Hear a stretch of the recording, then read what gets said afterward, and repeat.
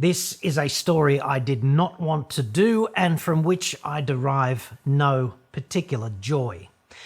Requiescat in Pace Motor Magazine, killed by a cataclysmic cavalcade of management incompetency and the death of the local car manufacturing industry after 68 long years on the newsstand.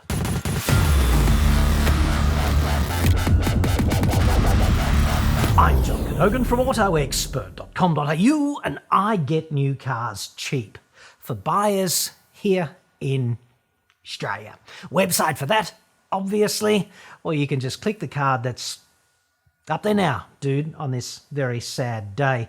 This report is going to be a little bit different to usual. See, when I heard the sad news about the demise of Motor, which was cynically issued by way of a press release after lunch yesterday, Friday the 29th of April, I was definitely sad about it, but I wasn't planning on reporting or rolling a camera on it. I say cynically because that's kind of an old political PR trick. You drop the bomb late on Friday to beat the news cycle and you hope something juicier comes up before Monday. Anyway, a great many of you have reached out to me overnight asking me to comment on Motor getting the axe. And to be fair, because I do kick wheels in the slats, mainly for being so pathetic and irrelevant, I think many of you expected me to be overjoyed at this news. Quite the opposite. It's obviously a tragedy for the people who will lose their jobs, as well as the freelancers, the writers and the photographers who will no longer get commissioned to contribute. These people work very hard to put food on the table while they are also informing and entertaining you. Having done it on staff and as a freelancer, I can tell you it's pretty hard work putting a magazine together, and there's typically no shortage of commitment on the part of the creators of that content. So I absolutely feel for them, and I sincerely hope that they can bounce back from this announcement. More than that though, Motor is an Australian cultural icon. And this is part of the problem because the owners really don't look at mastheads that way. To them, they're just brands, okay? Disposable, in other words. Motor has been hugely significant for me, right? Like, I fell in love with cars before my feet could reach the friggin' pedals, and the first car magazine I ever opened was Motor. It was called Modern Motor back then. Like, Motor is 10 years older than me, if such a thing is possible. It superseded Modern Dinosaur magazine, right? I remember that announcement too. In as much as a magazine can change your life, a column in Motor by the late Barry Lake convinced me that I would have to work in the car game. Like, I don't think you choose what you're going to do in life. I think it chooses you, right? So I did a degree in mechanical engineering, like a good maths and physics prodigy, which I kind of was. And for me, that was like a free brain bleed twice a week for 6 years. And I ended up so preposterously good at engineering at the end of that I walked out of UTS the day after my final exams and I kind of became a motoring journalist. I eventually worked on Motor as a regular contributor, and then later I moved to Wheels when the editor moved from Motor to Wheels at the same time, right? And the reason I'm critical of them is not that I hate them, it's that I love those mastheads and I want them to succeed. And they keep shooting themselves in the dick over and over and over. I want them to succeed because they are cultural icons and they deserve to live on. Because having a viable Motor and Wheels as part of the friggin' landscape is a way to make Australia less shit. And I'm all about the less shit at the end of the day. And Wheels is shit currently, and the remedy is therefore pretty simple, isn't it? Just make it a bit less shit every day. Easy. Or so it would seem. Australia's second most hated motoring journalist, Josh Dowling, He's written a really good piece on Motor's demise yesterday. I'll put a link in the description on drive.com.au if you're interested in the numbers, because he's got all of the numbers. 825 issues of the magazine over 68 years. The bestseller, incidentally, December 2003 at 65,000 copy sales. But this year, slumping to about 7,000 sales a month. Dude, that's a complete commercial collapse. Josh and I actually had a really long chat yesterday about this tragedy over the phone.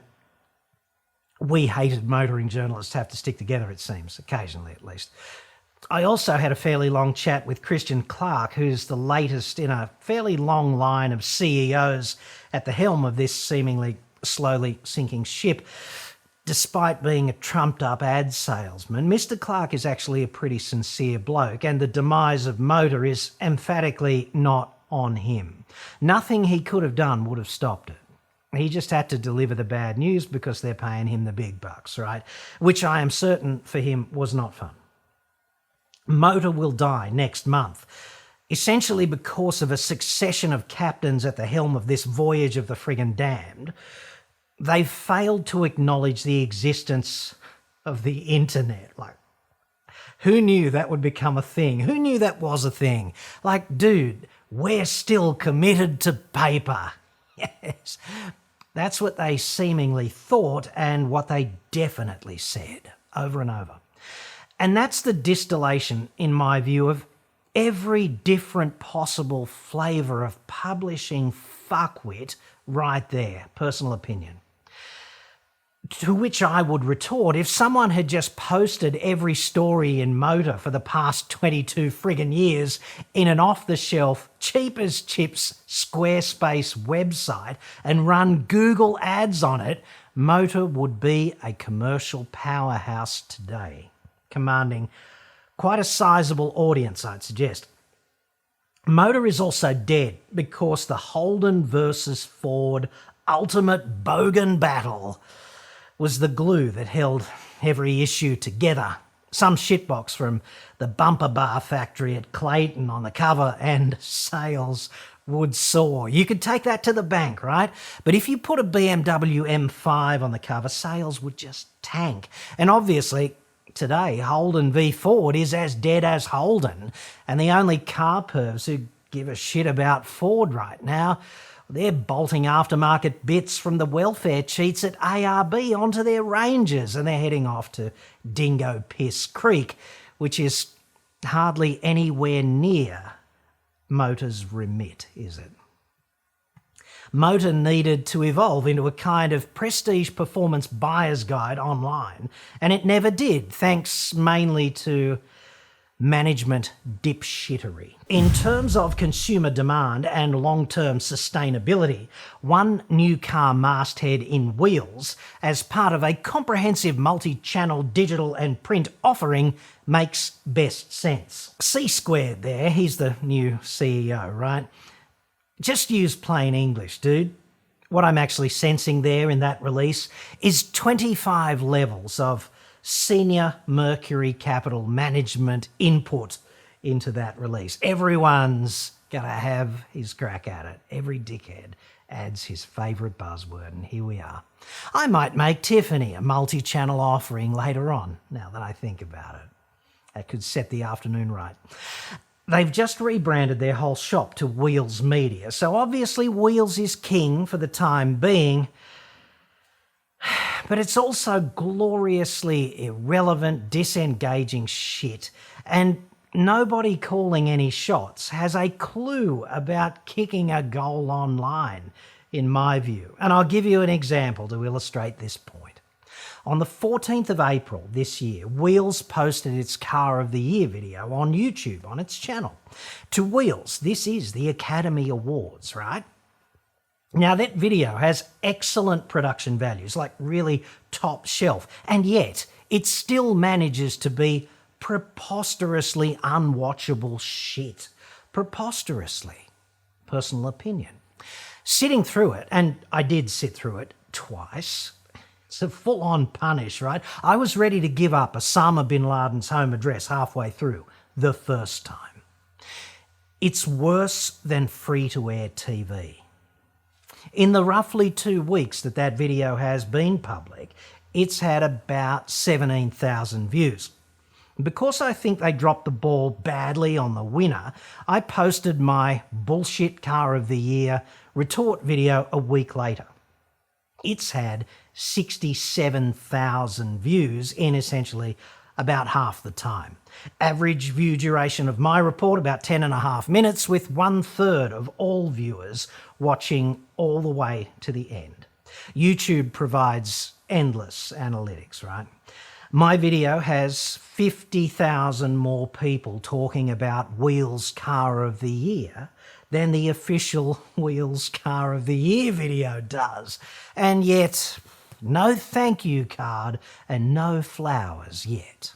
Go figure. And I say all this not to gloat about the size of my channel, because I'm only a mediocre YouTuber, right? I'm highlighting how irrelevant Wheels is online. How fucking out of touch with ordinary people, how up themselves, how unwatchable. They have serious resources, right? I'm a fat old dude in a garage talking about cars. They're the allegedly most respected automotive media brand in the nation, with allegedly the best journos in the business, if you ask them. And yet, it's not translating, is it? So, how come I have 320,000 subscribers and they have 33,000? Riddle me that. Wheels is on track to be the next motor. And I don't think they've made the appointment with Dr. Kevorkian just yet, but the trajectory is established.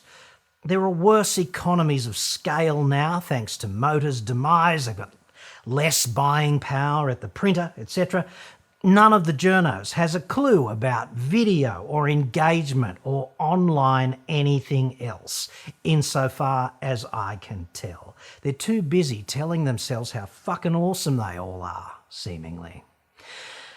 You show me anything they produce, right? I'll show you 20 elementary things that they're doing spectacularly wrong with extremely polished production values.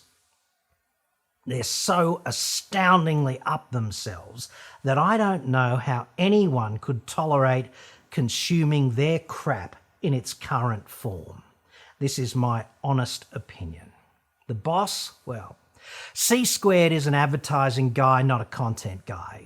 So to him, intrinsically, content is just a thing into which you insert ads. So not very much guidance on offer there, I'd suggest. And rudderless in this way, it's like they've bought into the rhetoric about them being so shit hot without actually being more than borderline competent on their best day ever. Personal opinion. It's like having 1 million chimps with 1 million typewriters in a room for 1 million years and still not getting the friggin' New Testament, but them scratching each other on the backs for all that high-grade gibberish. And the company that owns them, okay, Mercury Capital, pretty clearly they just want to flip the whole thing for a profit. It's what investors like them do. They're hardly in the business of cultural icon curation, are they? They don't get the content game, and the only impediment between them and fulfilling their core objective of flipping the whole thing for a profit is the ongoing non-existence of an idiot sufficiently rich to need a failing automotive publishing empire and be prepared to pay well over the odds just to get one. Wheels could probably be saved at this juncture, like hypothetically, but there would have to be several deleted scenes from Kill Bill in order to cut out the rot. Given the current disposition of the pieces on this particular chessboard, the equally sad demise of Wheels seems to me to be a foregone conclusion. And if that happens, another great cultural legacy will be lost to this nation.